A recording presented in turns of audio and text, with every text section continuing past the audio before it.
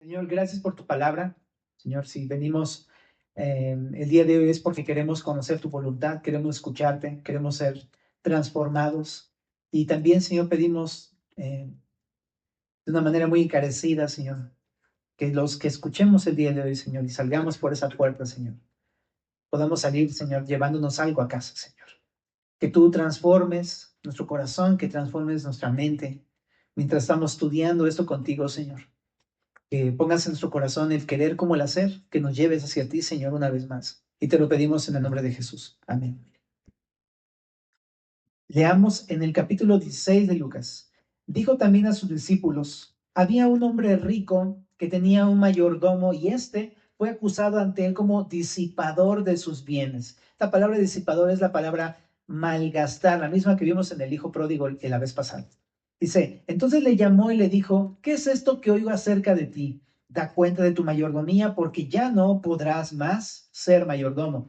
Entonces el mayordomo dijo para sí, ¿qué haré? Porque a mi amo me quita la mayordomía. Cavar no puedo. Mendigar me da vergüenza. Ya sé lo que haré para que cuando se me quite de la mayordomía me reciban en sus casas. Y llamando a cada uno de los deudores de su amo, dijo al primero, ¿cuánto debes a mi amo? Él dijo, 100 barriles de aceite.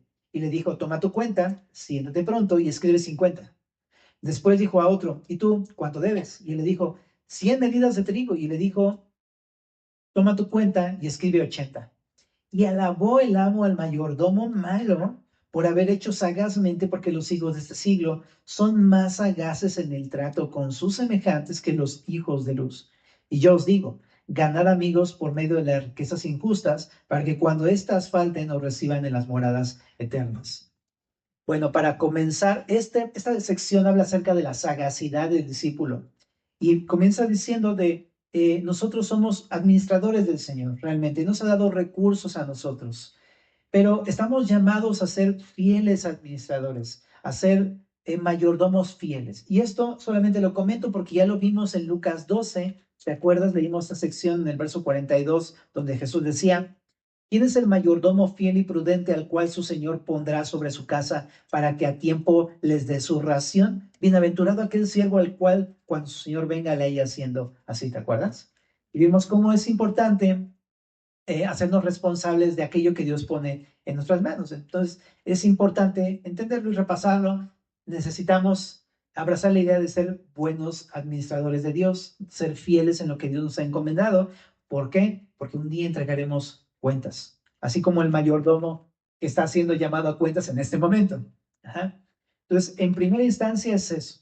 Pero en segunda, es que así como los hijos de este siglo son sagaces o astutos para lidiar con el mundo que los rodea y en algunas ocasiones bastante deshonestamente, como el caso de este mayordomo que, o sea, estaba sacando provecho de la riqueza de su amo, o sea, no estaba haciendo algo muy bueno que digamos, pero así también nosotros como hijos de luz aprendamos a ser sagaces como discípulos del Señor, pero no en deshonestidad, sino honestamente para el bien. Es lo que nos enseña Jesús en esta sección.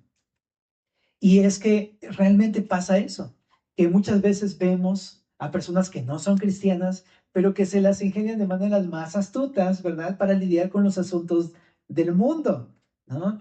Y nosotros éramos de allá, familia, ¿verdad? Y luego somos creyentes, pero no usamos la sagacidad para lo bueno, sino solamente lo usábamos para hacer lo malo antes, ¿verdad? Pero ese pasaje nos ayuda a recordar, no, Dios nos dio esto, el ser audaces, el ser sagaces, pero para servir a nuestro Señor, para algo bueno, para poder bendecir a otros, predicarles el Evangelio, hacer el bien, y necesitamos aprender a practicar la sagacidad en nuestra vida como discípulos, familia, ¿ok?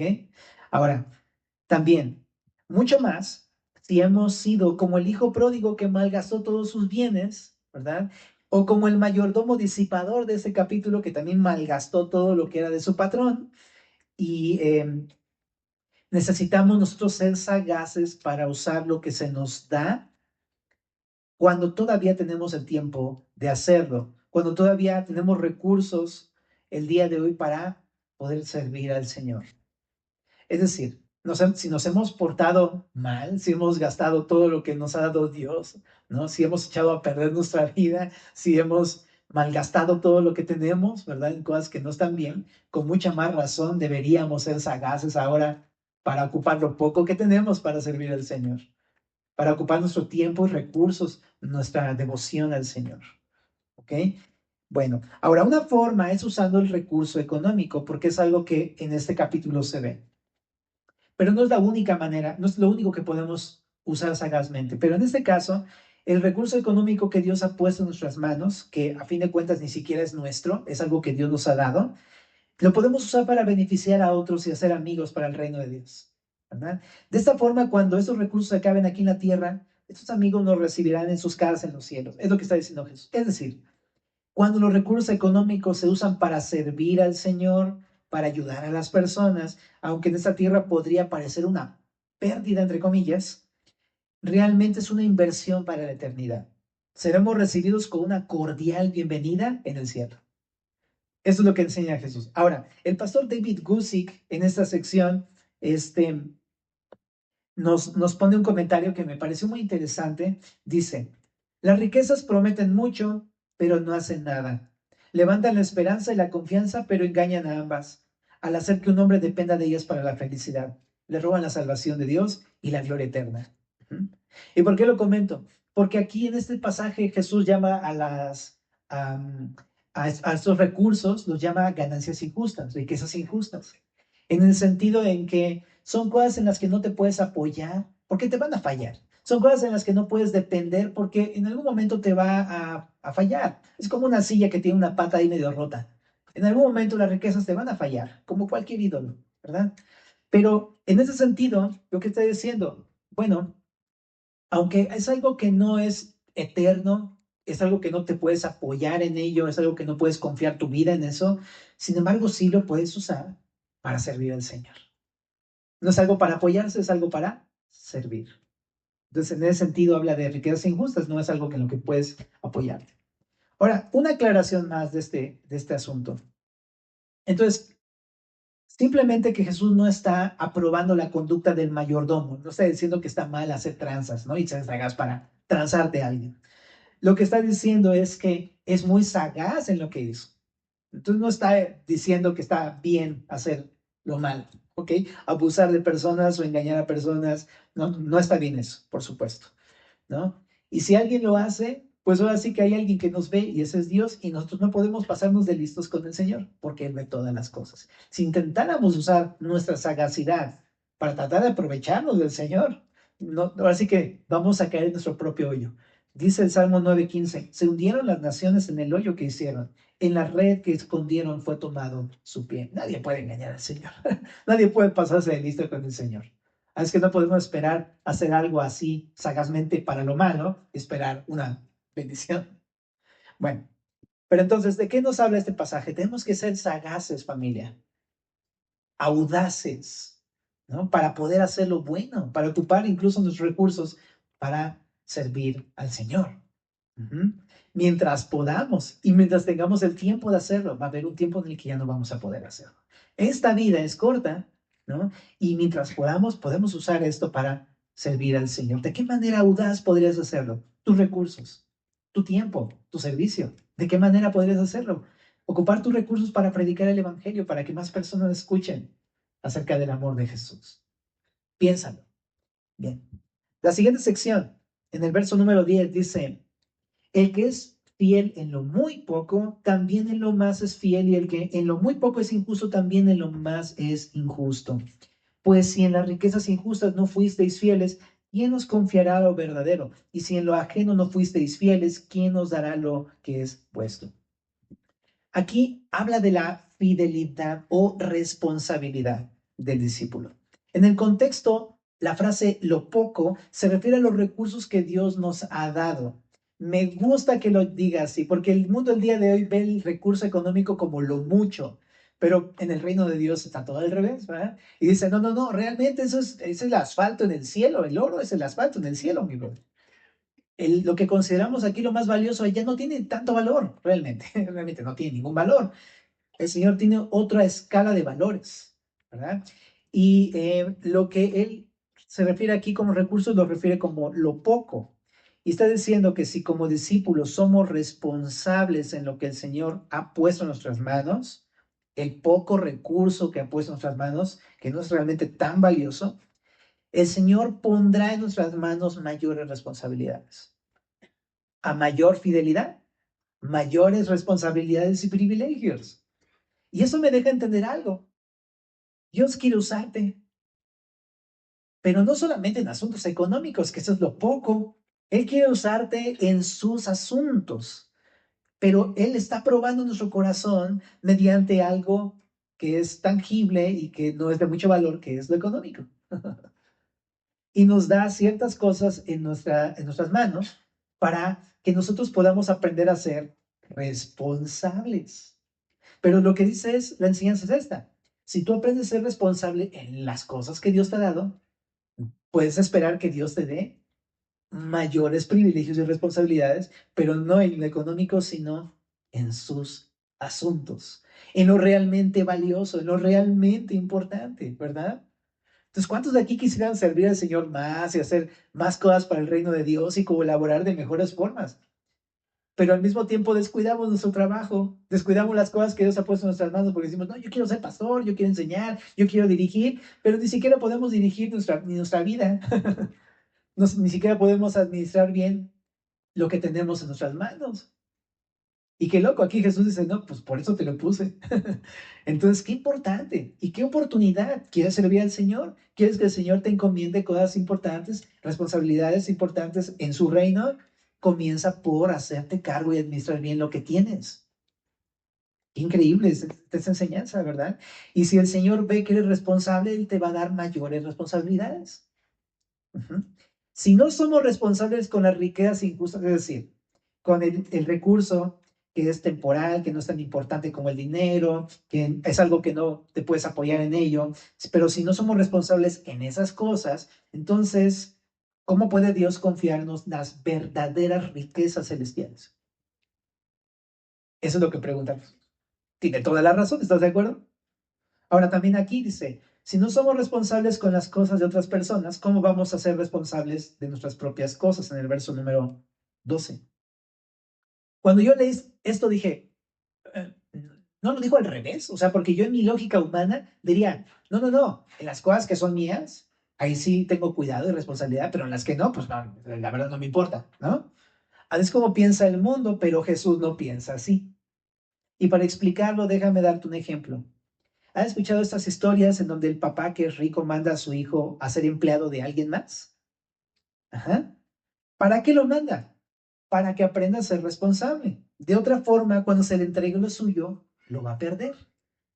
Si trabaja para alguien más, pues es difícil que pierda lo que se le da porque el dueño de esas cosas va a estar muy al pendiente de ti y no va a querer que pierdas absolutamente nada de lo suyo, porque es suyo, ¿verdad? Entonces va a estar supervisándote y va a estar cuidándote y llamándote, a ver, ¿qué hiciste? ¿Por qué dijiste esto? ¿Por qué hiciste aquello? ¿Por qué compraste esto? ¿Por qué compraste el otro? A ver, cuéntame. Ahí no se le va a escapar. Ajá. Pero si no hay nadie que te supervise y no eres responsable, vas a perderlo todo. Ahora entiendo a Jesús, claro. Tiene sentido que diga, si quieres que Él te dé en tus manos una responsabilidad tan grande, ¿no? Tienes que aprender a cuidar lo que no es tuyo primero. Y déjame poner algo más práctico a nuestras vidas. A lo mejor estás trabajando, no llevas varios años trabajando para algún jefe, ¿no? Gracias a Dios por nuestros jefes. Y decimos, uy, o sea, he estado trabajando, no sé, 10 años, 15 años para alguien que no soy yo. Y todo lo que trabajo se le queda a él, a mí nada más me da mi sueldo y ya, ¿no? Cuando pensamos así, estamos perdiendo de vista este punto. Estamos perdiendo de vista que precisamente es lo que enseña Jesús. Estamos siendo probados en un trabajo ajeno para que nosotros aprendamos a ser responsables cuando Dios quiera darnos lo nuestro. Ahora tiene sentido, digo, claro, por eso Dios nos invita a ser fieles en eso que es ajeno. Por eso nos invita a trabajar con fidelidad a nuestros jefes, ¿no? Servir a los demás, porque entonces voy a aprender esa responsabilidad y fidelidad Y entonces ahora sí mi padre va a decirme, increíble, ten. Entonces, qué increíble es Dios, qué increíble es Dios, cómo quiere hacernos partícipes, quiere que administremos sus riquezas espirituales, sus verdades espirituales, su palabra. Pero ¿cómo andamos en eso, familia? ¿Estamos siendo fieles con aquello que Dios nos puso en nuestras manos? ¿Estamos siendo fieles con aquello que es ajeno a lo nuestro, que estamos sirviendo en eso? ¿Ah? Muy bien. El tercer punto, en el verso número 13. Ningún siervo puede servir a dos señores porque o aborrecerá al uno y amará al otro, o estimará al uno y menospreciará al otro. Chécate esta. No podéis servir a Dios y a las riquezas. Este punto habla de la lealtad del discípulo. Dios ha puesto recursos en nuestras manos, lo que estamos hablando, pero no son los recursos a quienes debemos servir. Estos son un medio para que podamos servir al Señor. Pero si comenzamos a hacer de ellos nuestro Señor en nuestra vida, quien gobierne nuestra vida, nuestras decisiones, no podemos ser siervos del Señor, no podemos ser discípulos. Un discípulo no puede servir a Dios y servir a las riquezas al mismo tiempo. Es completamente contrario. Es como un oxímoron. Ajá. Es algo totalmente en contra. Pero muchas veces nos afanamos pensando en que sí podemos. Le voy a echar ganas toda la semana a mi trabajo y voy a echarle muchas ganas a esto y el domingo ya voy a la iglesia y ahí sí le echo ganas a las cosas de Dios. Pero te voy a decir una cosa, que no es posible. Jesús lo dijo. No podemos hacer de las riquezas nuestro Dios y al mismo tiempo adorarlo a Él como nuestro Dios. Para entenderlo, pone el ejemplo de un siervo. Esta palabra siervo es la palabra iketis, no keti, sino iketis en griego, porque esta si te importa. Iketis es un siervo doméstico, pero imagínate la escena. Son dos casas contiguas. Y entonces te contratan como de parte del servicio doméstico de una casa, entonces ahí, ¿no? Ya sabes, ¿no? Que lavando, que arreglando, que cortando y todo. Y de repente aparece el letrero junto a la otra casa, ¿no? Se busca empleado. Entonces, sí, sí, como que sí puedo, ¿no? Sí puedo. Sí, la armo. Entonces vas, preguntas, te contratan y ahí estás, ¿no? Un ratito por acá y luego te chiflan, hey, Juan o Josué, o bueno, mejor digo Josué, ¿no? Josué, oye, ¿qué onda? ¿Qué andas haciendo? Te necesitamos acá. Y voy para allá, ¿no? No, pues jálale, muévele para acá. Y luego el otro jefe me dice, oye, ¿por qué te pasaste para acá? Ya te están quemando aquí los frijoles, vente para acá. Ahí voy de vuelta, ¿no? Y luego me llaman otra vez. ¿Se puede eso? No. Y Jesús lo pone así, dice, no se puede servir a dos señores al mismo tiempo. ¿Por qué? Porque si amas a uno, vas a amar menos al otro, vas a aborrecerlo, esa es la palabra que significa aborrecer, amar menos al otro. Dice, si estimas a uno más, vas a menospreciar al otro. No se pueden hacer dos cosas al mismo tiempo, no se puede tener dos amos al mismo tiempo. No se puede adorar a Jesús y tener en el centro de mi corazón algo más a que adorar, y en este caso se le llaman las riquezas. Entendiendo que riquezas no es meramente lo económico, que sí habla mucho de eso, pero riqueza puede ser cualquier cosa que amemos más que a Dios. Y no es posible obtener algo a la par tampoco del amor de Dios. No es posible amar a Dios y algo más. Dios y mi empleo, Dios y mis bienes, Dios y mis propiedades, Dios y mi dinero, Dios y mi estatus, Dios y mi éxito, Dios y lo que quieras. No es posible servir de esa manera al Señor. Una persona que piensa en eso, aunque se afane, no va a poder adorar al Señor. ¿Qué pasa cuando uno lo hace de esa manera? Uno le va a empezar a quedar mal al Señor. Va a empezar a amarlo menos, va a menospreciarlo. Y eso no es adoración verdadera. Realmente para Jesús esto es algo mucho más serio. Es deslealtad completa. Y para entenderlo, voy a poner este ejemplo. Imagínate, tú pensarías, nada más como ejemplo, ¿no? ¿Tú pensarías que tu esposa puede amarte a ti mientras ama a alguien más? O sea, nada más pensando en mis hijos, ¿no? Digo, ya me la quitaron otra vez, ¿no? Sabes que no es posible eso, ¿verdad? Pero tú pensando en la infidelidad, eso no es amor. Si alguien, si alguien está casado con alguien y está amando a alguien más, eso no es amor. Es más, eso es completa traición. Eso es deslealtad, ¿estás de acuerdo? Entonces, no solamente es algo malo, es algo muy malo. Y está poniendo este ejemplo para tratar de entender que amar a Dios, amar a Cristo y amar a las riquezas es una infidelidad tremenda contra Dios.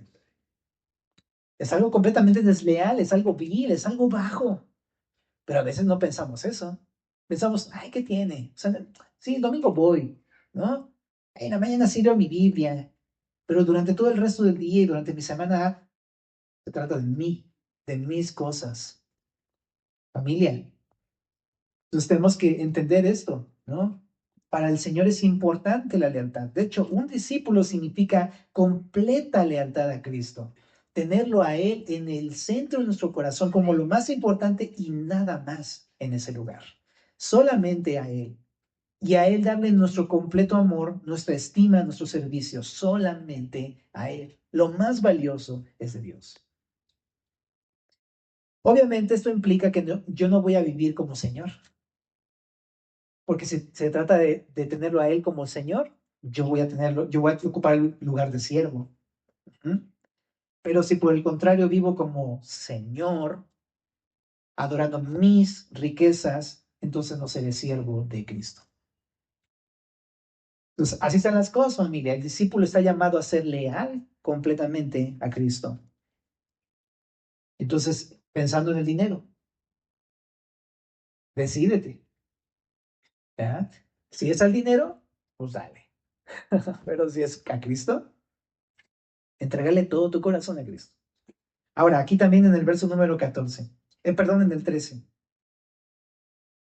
Esto está muy interesante también porque cuando pone este contraste entre servir a Dios y las riquezas, está mostrando el concepto de lo que es la adoración genuina versus la idolatría. Ujú.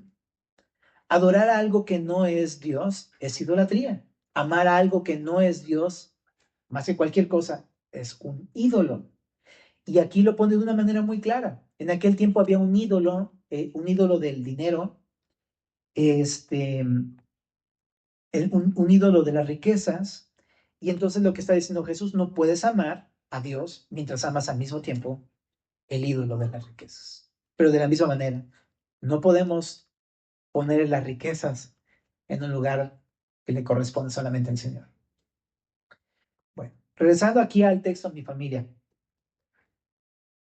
En el verso 14 dice, y oían también todas estas cosas los fariseos que eran, ¿cómo dice? Avaros, y se burlaban de él. Pues aquí la palabra avaro es la palabra aficionado a la plata. Eso significa literalmente en griego.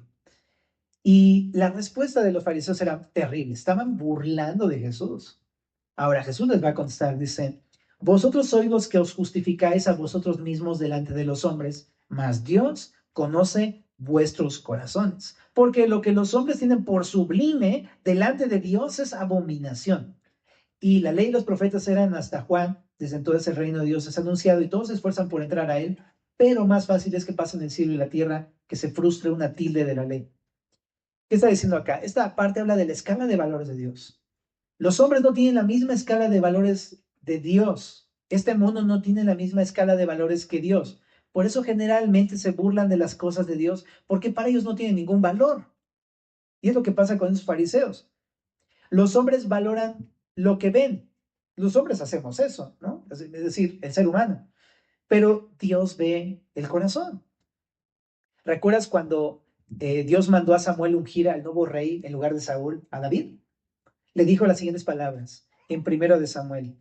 Jehová respondió a Samuel, no mires su parecer, ni a lo grande de su estatura, que bueno, en mi caso está increíble eso. Dice, ni a lo grande de su estatura, porque yo lo desecho, porque Jehová no mira lo que mira el hombre, pues el hombre mira lo que está delante de sus ojos, pero Jehová mira el corazón. Entonces David era un chiquitín, ¿no? Y aparte era como menospreciado por sus hermanos. Pero Dios ve el corazón de David. Ujú. Y es muy interesante.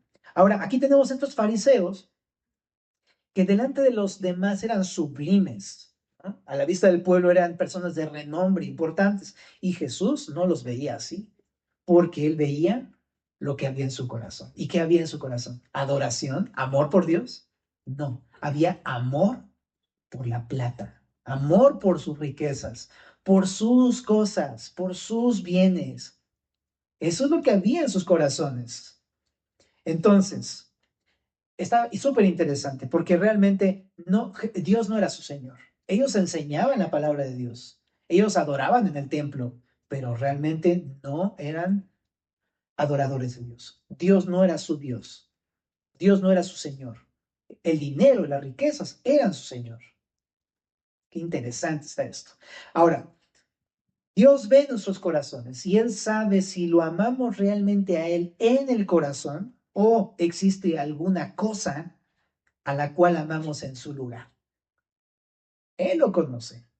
Y está importante esto porque a los ojos de las personas podríamos llegar a parecer sublimes, de reconocer, de exaltar, de aplaudir, de alabar. ¡Wow! ¡Qué increíble! Va súper bien, ¿no? Ya sabes todas esas cosas. Pero ¿qué ve Dios? ¿Qué es lo que Él vería en tu corazón, en mi corazón? ¿Hay alguna cosa que estoy amando como lo más importante en mi corazón que no es Dios? ¿Qué vería? ¿Cuál sería mi Dios? ¿Cuál sería aquello que amo más? ¿Qué vería ahí en el centro de mi corazón, Jesús? Estoy leyendo un libro que se llama Nuestra adoración importa, de un pastor llamado Bob Kauflin. Y Miguel Núñez, el pastor de la IBI, hace un comentario en el prólogo de este libro. Entonces, te lo voy a leer. Entre las primeras cosas que el autor aborda está la importancia de lo que amamos de verdad. Reconocemos que la Biblia nos llama a amar a Dios con todo nuestro corazón, nuestra alma y nuestra mente. Pero el autor, o sea, Bob Kauflin, el escritor, nos ayuda a ver que muchas veces, chécate, no rendimos todo a Dios justamente porque en nuestro interior todavía nos amamos más a nosotros mismos y a nuestros ídolos más que al único y sabio Dios. Tiene toda la razón. Tiene toda la razón. Así es. Ahora Jesús le respondió esto a los fariseos de decirles, ustedes se justifican a sí mismos, ¿no? Y lo podían hacer delante de los hombres, pero no delante de Dios. Me iba a pensar que uno tampoco se puede justificar delante de Dios. A lo mejor delante de las personas podrías hacerlo, pero delante de Dios no.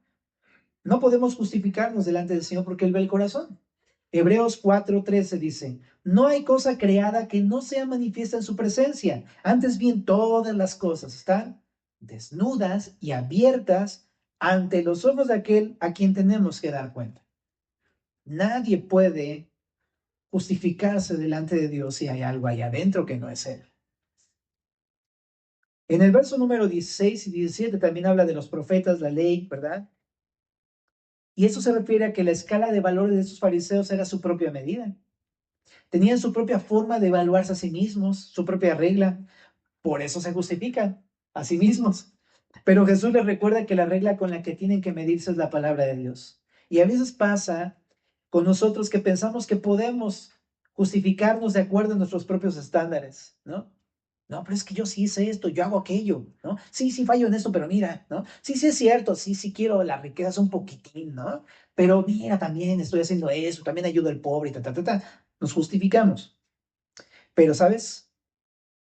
La regla con la que seremos medidos no es nuestro criterio. Seremos medidos con el criterio de la palabra del Señor. Y de acuerdo a esta regla, todos, si somos honestos, vamos a quedarnos muy cortos. ¿Estás de acuerdo? Y yo más, porque aparte, ¿cuál es la manera de salir de este caos en el que estamos metidos? Porque nadie puede cumplir el estándar de Dios. Bueno, hay una buena noticia, ¿no? Hubo alguien que sí alcanzó la medida. Ese es Cristo.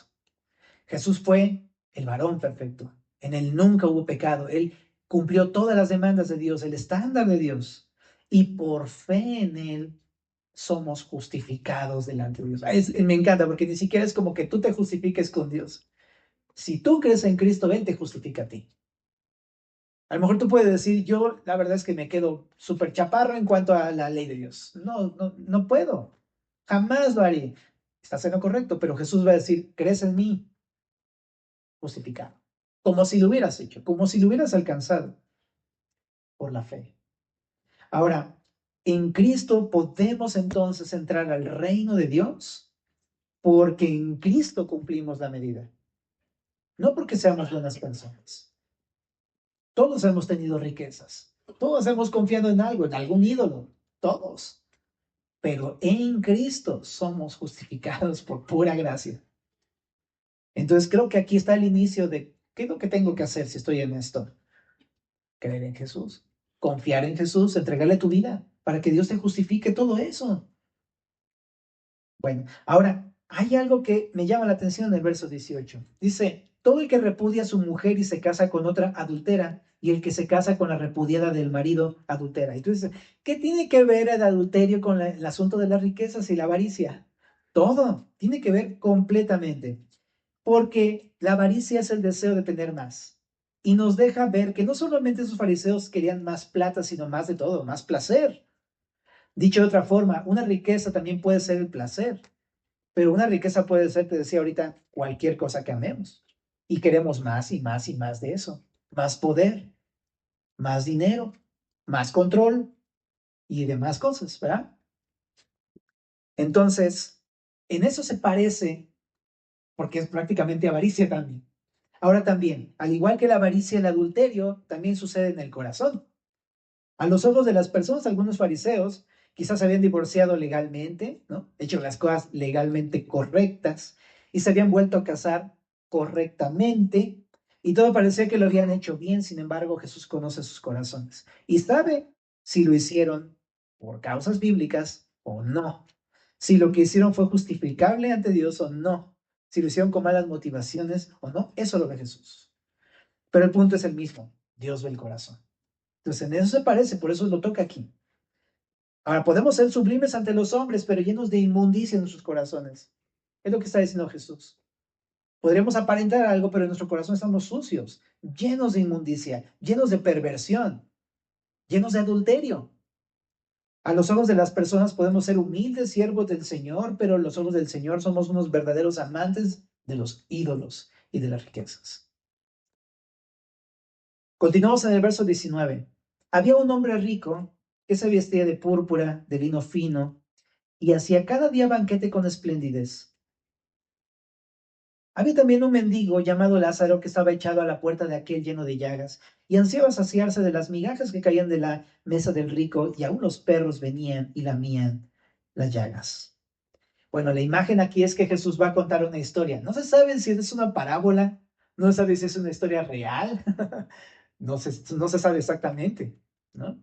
Pero lo que sí es que son dos personas. Una persona rica, cuyo señor son sus riquezas, ¿verdad? Y está en una casa lujosa, ¿verdad? Con puro banquete espléndido, o sea, todos los días comía lo mejor, ¿verdad? Estaba en su casa cómodo, sin ningún problema, y en su puerta había un mendigo llamado Lázaro, que estaba, dice ahí, echado a su puerta, lleno de llagas, estaba enfermo, era pobre, y se ansiaba saciarse las migajas que caían en la mesa del rico, pero el rico no le daba. Eso es lo fuerte de esto. Tenía con qué y no quería porque era un avaro. Ajá. Porque amaba las riquezas, la plata. Y dice, y aún los perros venían y le lamían las llagas. O sea, tenía más compasión de los perros que esta persona que podía hacerlo.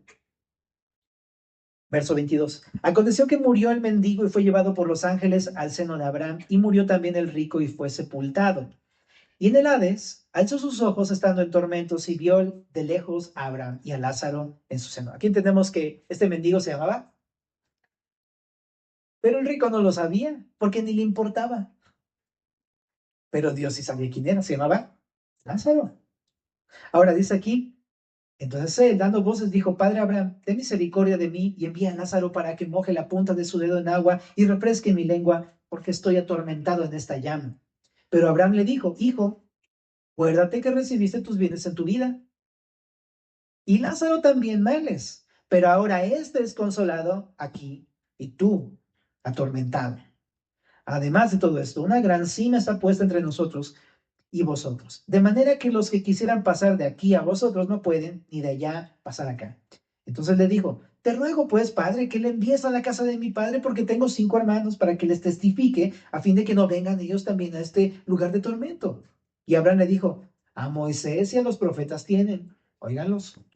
Él entonces dijo, no, padre Abraham, pero si alguno fuere a ellos entre los muertos, se arrepentirán.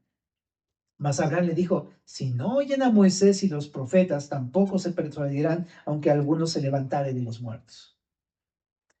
Entonces los fariseos pensaban que una persona rica era sinónimo de una persona recta. Muchas veces eso también se piensa el día de hoy, que el tener bienes o prosperidad o riquezas significa que eres una persona obediente y por eso Dios está bendiciendo. Ajá. Podría llegar a pasar el caso que Dios permita algo así, pero no es la regla. Ujú. No es la regla. Aquí Jesús presentó la historia de un mendigo pobre sin beneficios económicos que es recibido en el reino de Dios y un rico que es echado fuera al infierno. Entonces, el rico fue echado al lago de fuego porque en lugar de elegir el reino de Dios, ¿qué eligió? Su reino. Él eligió, en vez de tener a Dios como el Señor de su corazón, decidió tener las riquezas como su Dios. Y entonces, por eso fue echado en el lago de fuego, en el infierno, en su avaricia, porque lo que produjo esto de que las riquezas fueran su Dios, produjo completa avaricia y no ayudaba a nadie, solamente veía por él mismo. Ni siquiera ayudó a Lázaro en sus momentos más críticos. El rico pensaba que sus hermanos entonces, bueno, primer lugar, entonces, vemos aquí que este hombre no tiene a Dios como su Señor, ¿no? Pero de aquí aprendemos algo bien importante, ¿no? ¿Sabes? Qué importante es decidir quién va a ser el Señor de mi corazón. Qué importante, ¿verdad? Porque básicamente esto es lo que muestra si realmente somos del Señor o no. Déjame explicártelo. La salvación es por gracia, ¿ok? Es un fundamento que tenemos en la palabra. No es por obras, no es por hacer de Jesús nuestro Señor que somos salvos, pero si realmente hemos sido salvos, vamos a responder haciendo de Jesús nuestro Señor. ¿Se entiende? El hacer a Jesús nuestro Señor, el amo y dueño de mi corazón, es la respuesta lógica que voy a tener ante Dios si yo he recibido su perdón, su gracia, su amor, su salvación. Pero una persona que no tiene este fruto es porque nunca ha pasado algo en su corazón. Y no va a querer someterse al Señor en su vida. No va a querer entregarle eso que es su riqueza. Porque en su corazón hay alguien que ya tiene el trono ahí. Entonces, tengo que decidir bien. ¿Quién va a ser el Señor de mi vida? Si es que realmente soy un discípulo.